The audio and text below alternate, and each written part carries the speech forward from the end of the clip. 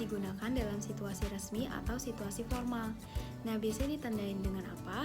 Bahasa formal ini biasa ditandai dengan pemakaian unsur bahasa dengan level kebakuan yang tinggi atau bisa disebut dengan ragam tinggi. Nah, apa yang menjadi ciri khas pembeda antara bahasa formal dan bahasa informal?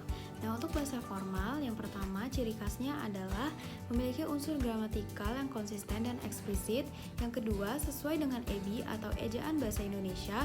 Lalu yang ketiga, memiliki afiksasi yang lengkap. Lalu yang keempat, memiliki diksi yang baku. Lalu yang kelima, memiliki pronomina resmi. Dan yang terakhir, menghindari penggunaan bahasa daerah.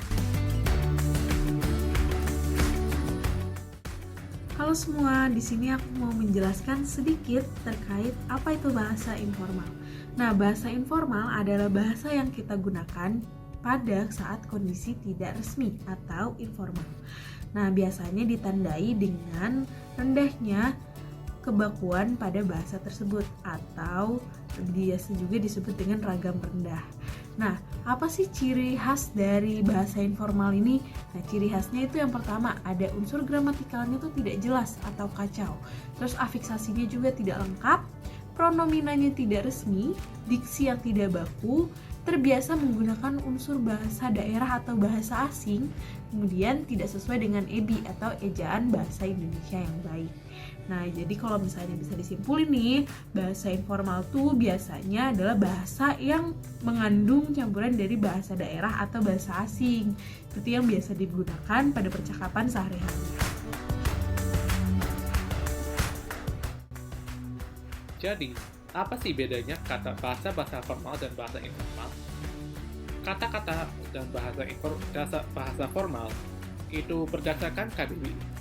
Contohnya itu adalah aku, kamu, dia, atau memakai dari kata pakai. Kalau kata-kata bahasa informal itu ada beberapa contoh. Contohnya itu dari misalkan kata bergaul, saya diganti menjadi gua, atau kamu itu diganti dengan engkau.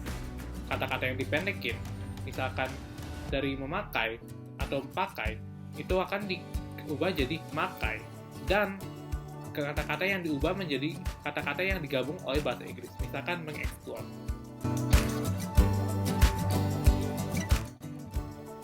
Jadi, bisakah Mbak membenarkan kalimat ini? Ini hari saya nggak mau berenang. Bisa Mbak buat jadi bahasa bakunya?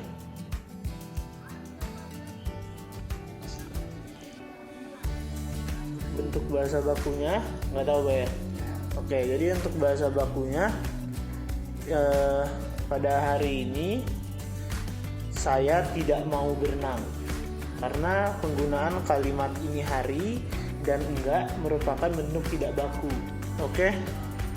Kemudian ini saya kasih, apakah itu merupakan bentuk baku atau tidak baku? Kasih. Iya. Untuk Ini saya kasih HP-nya. bentuk baku. Salah. Yang baku adalah saya berikan HP ini kepada Mbak. Gitu. Kalau kasih kagak Enggak. salah. Salah.